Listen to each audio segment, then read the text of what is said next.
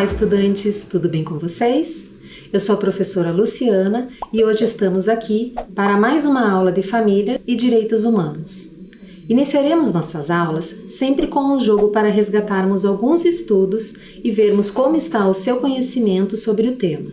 E hoje será povos indígenas. Quando citamos a palavra índio numa conversa, o que você imagina? Letra A, um indivíduo selvagem. Letra B, uma pessoa semelhante a você. Letra C, as duas alternativas. E a resposta é? Letra C, as duas alternativas.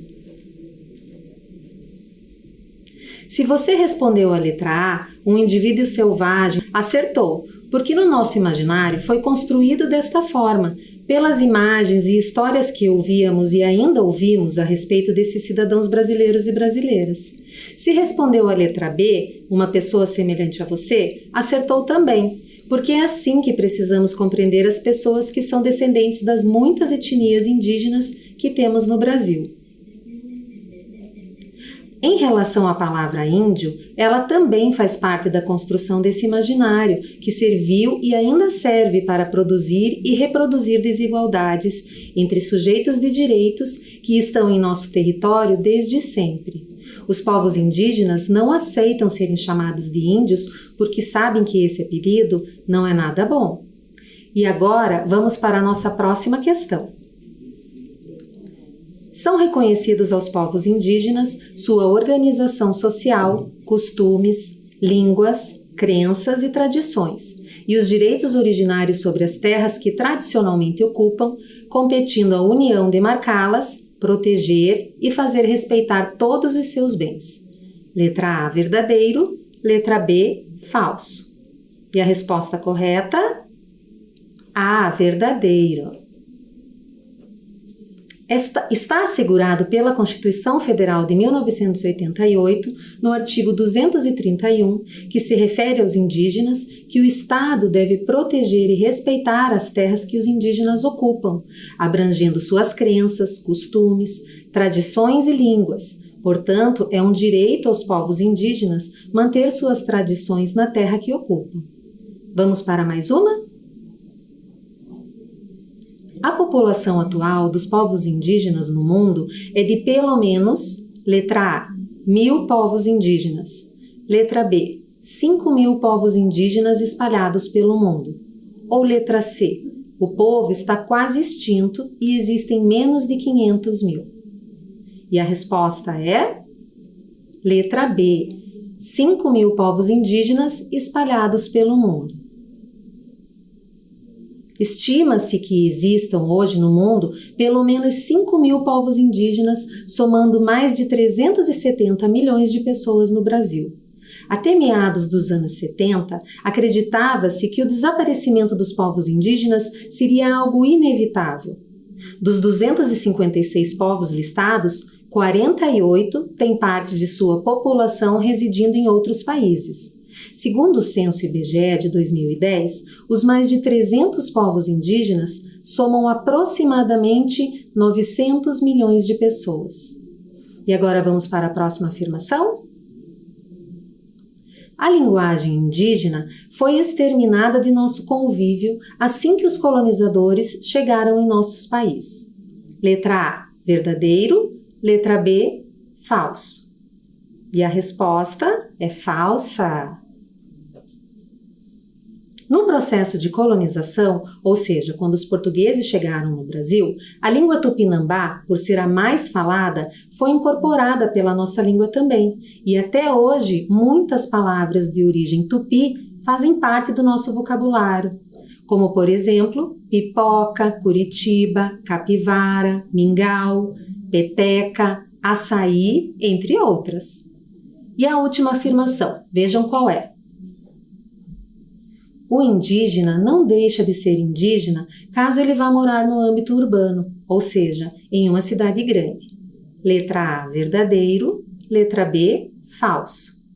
E a resposta é verdadeira.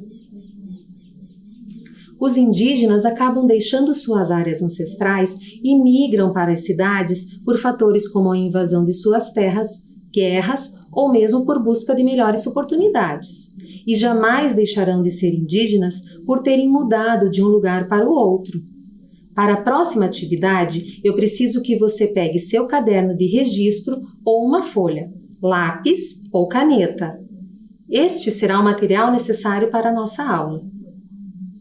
Observe a imagem que o pintor e desenhista português Pedro Pérez retratou em 1879. O nome desta obra é A Elevação da Cruz em Porto Seguro, Bahia. Em seu caderno, escreva o que você sente quando vê o quadro retratado. Você acha que foi realmente assim que aconteceu? Todos bem, aparentemente amigos, se familiarizando com os colonizadores e suas tradições? Você acha que os povos originários aceitaram esses novos costumes e deixaram de praticar os seus? De falar as suas línguas e de viver como viviam, achando que era melhor o jeito dos homens brancos? Ou será que isso foi imposto para eles? Se nos colocarmos no lugar dos povos indígenas, como iríamos nos sentir? Se acontecesse com a gente, como será que seria? Eu vou dar um tempinho para vocês registrarem suas reflexões. Lembrem-se de colocar no seu caderno o título Famílias e Direitos Humanos e a data de hoje.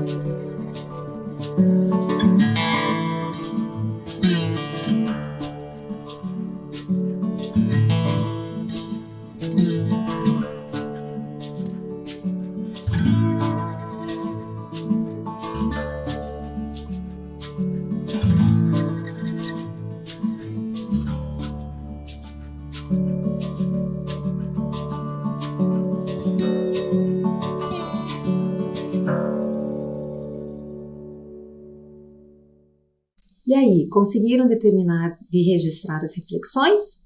Então vamos para mais uma obra? Agora reflita e escreva sobre essa outra pintura do artista Jean-Baptiste Debré. Índios soldados da província de Curitiba escoltando prisioneiros nativos. Nessa outra obra, podemos ver soldados levando mulheres indígenas algemadas com seus filhos. Já não vemos mais aquele bom convívio ou até uma aparente amizade como na outra tela, não é mesmo? Sabemos através dos livros de história que os povos originários foram separados de suas famílias e terras e escravizados pelos colonizadores portugueses. Registre agora suas reflexões, que eu já volto.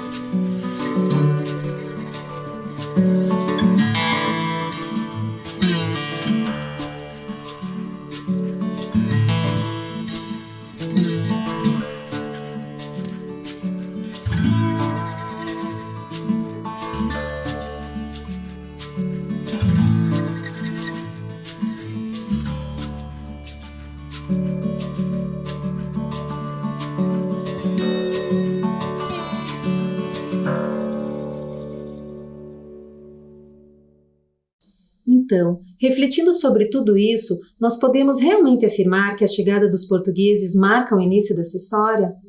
Os povos indígenas já estavam nessas terras, então como podem dizer os livros que o Brasil foi descoberto? Se o Brasil foi descoberto, quem descobriu foram os povos que aqui estavam, ou seja, os povos originários.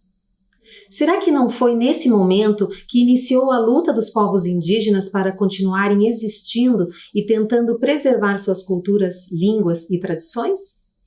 Será que os povos indígenas puderam permanecer em suas terras, preservando suas famílias e costumes? Nós já sabemos a resposta, não é mesmo? Agora, para descontrair um pouco, eu vou lançar um desafio para vocês. Neste desafio, descubra a etnia, o rio e a região de cada uma das terras indígenas homologadas conforme a tabela. Então, nós temos na tabela 3 terras indígenas: Xingu, Yanomami e Sambaqui. Você deve descobrir a etnia, o rio e a região de cada uma delas. E para isso, nós temos 7 pistas na lateral. Eu vou dar um tempinho para vocês lerem e tentarem se localizar. Eu já volto para a gente fazer esse desafio juntos.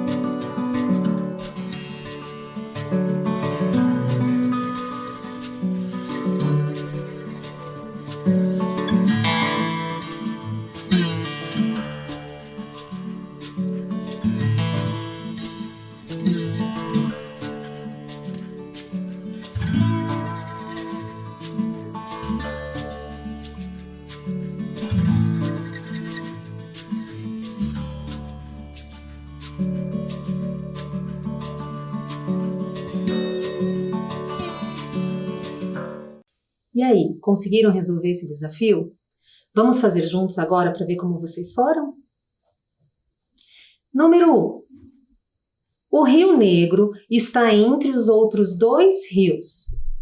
E a resposta é: ele está na terra indígena Yanomami, pois ele está entre os outros dois das terras indígenas Xingu e Sambaqui. Número 2. A etnia Guarani-Mibiá está no canto direito, ao lado da etnia Parauá. Canto direito, Guarani-Mibiá das terras indígenas Sambaqui, logo, nas terras indígenas Yanomami, nós temos a Parauá. Número 3. O rio Jatobá está à esquerda do Rio Negro. Se ele está à esquerda, logo ele é das terras indígenas Xingu. Número 4. A etnia Guarani-Mibiá das terras indígenas Sambaqui se localiza na região sul. Esse tá fácil, ele já está dizendo que é das terras indígenas Sambaqui. Número 5. A reserva Yanomami se localiza na região norte do Brasil. Esse também tá fácil, não é mesmo? Olha lá, terras indígenas Yanomami, região norte. Número 6. O rio Guaraguaçu está à direita da região norte, vejam bem.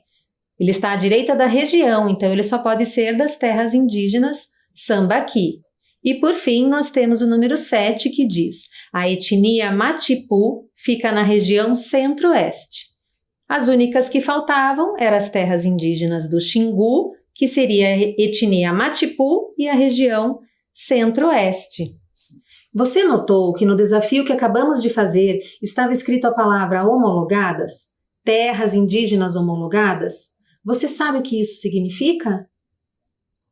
Terras indígenas homologada é quando o processo de reconhecimento chega para o presidente da República em exercício assinar, dando a posse legal dessas terras que tradicionalmente foram ocupadas pelos seus ancestrais. Assim, os povos indígenas voltam a ocupar as mesmas terras que seus ancestrais ocuparam. Agora que já sabemos o que são terras homologadas, vamos conhecer uma região do Brasil onde se encontram grande parte das terras indígenas. Você tem ideia de qual é? Essa região é conhecida por Amazônia Legal, formada por 9 estados do nosso país. Vamos ver no mapa quais são eles? Rondônia, Acre, Amazonas, Roraima, Pará, Amapá, Maranhão, Tocantins e Mato Grosso. Esses 9 estados formam a Amazônia Legal. No próximo mapa, nós vamos ver as terras indígenas da Amazônia Legal que estão aqui no nosso país. Vejam lá. Neste outro mapa, vemos que as partes pintadas de verde representam as 424 terras indígenas localizadas na Amazônia Legal. Elas ocupam 23% desse território e 98% a extensão de todas as terras indígenas do nosso país. O restante, que é quase 2%, espalham-se pelas regiões Nordeste, Sudeste, Sul e do Mato Grosso do Sul e de Goiás. Então, hoje, vamos reconhecer um pouco mais sobre essas terras indígenas. E para descobrir qual é, vamos desvendar uma carta enigmática. Resolva a carta enigmática e descubra.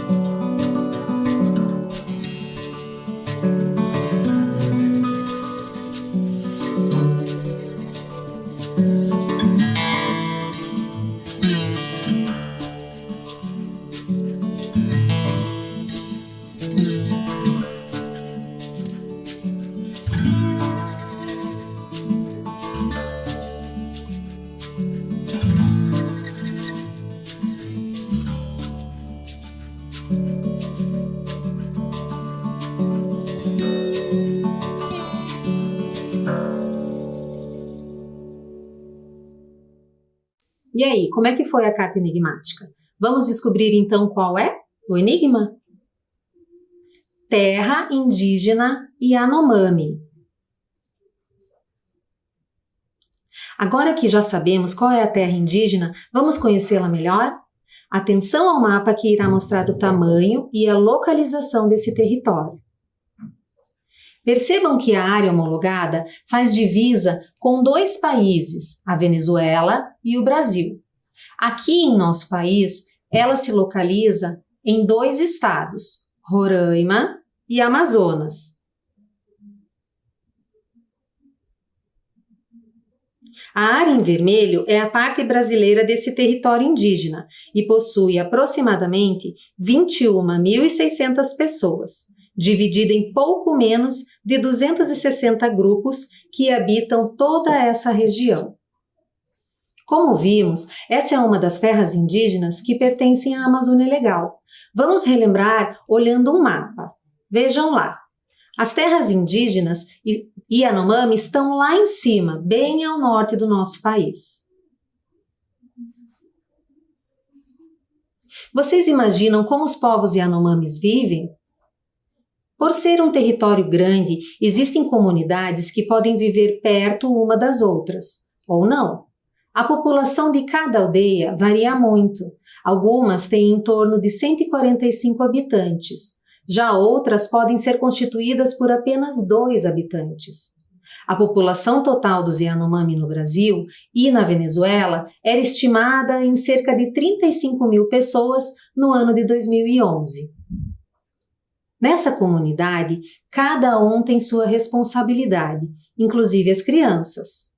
Os meninos acompanham os guerreiros na caça, pesca e outras atividades. As meninas e os bebês acompanham as mulheres nas funções do dia a dia, como, por exemplo, nas plantações e no artesanato.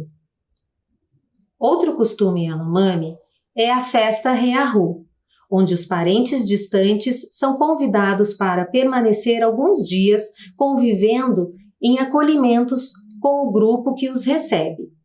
Os visitantes chegam após dias de caminhada na floresta, acampam nos abrigos da mata e esperam a vinda dos emissários, que trazem cestos de carnes e beiju, reafirmando assim o convite para a dança de apresentação que acontece no interior da casa-aldeia, agradecendo a amizade entre os povos. Você sabia que, morando no mesmo território, algumas comunidades não se conhecem? E que os povos Yanomami falam pelo menos 4 línguas diferentes? E que eles chamam os brancos de povos da mercadoria? E que a palavra fotografia é chamada de pele de imagem. Gostaríamos de destacar ainda que em São Gabriel da Cachoeira, um município brasileiro do interior do estado do Amazonas, cerca de 74% dos habitantes são indígenas. O município foi a primeira localidade brasileira a reconhecer outros idiomas como oficiais, além do português. Até aqui, identificamos os estados que pertencem à Amazônia Legal, vimos a localização de algumas terras indígenas e conhecemos algumas das tradições dos povos Yanomami. Para a próxima atividade, vamos refletir brincando um pouco. Para os povos indígenas, o corpo é território e o território não é propriedade de uma pessoa, é natureza, que precisa viver e permanecer em equilíbrio para que todos vivam o tempo natural de cada um, do ser criança até o ser velho. Encontre no quadro as palavras que estão destacadas no texto. Vou dar um tempinho para vocês e já volto.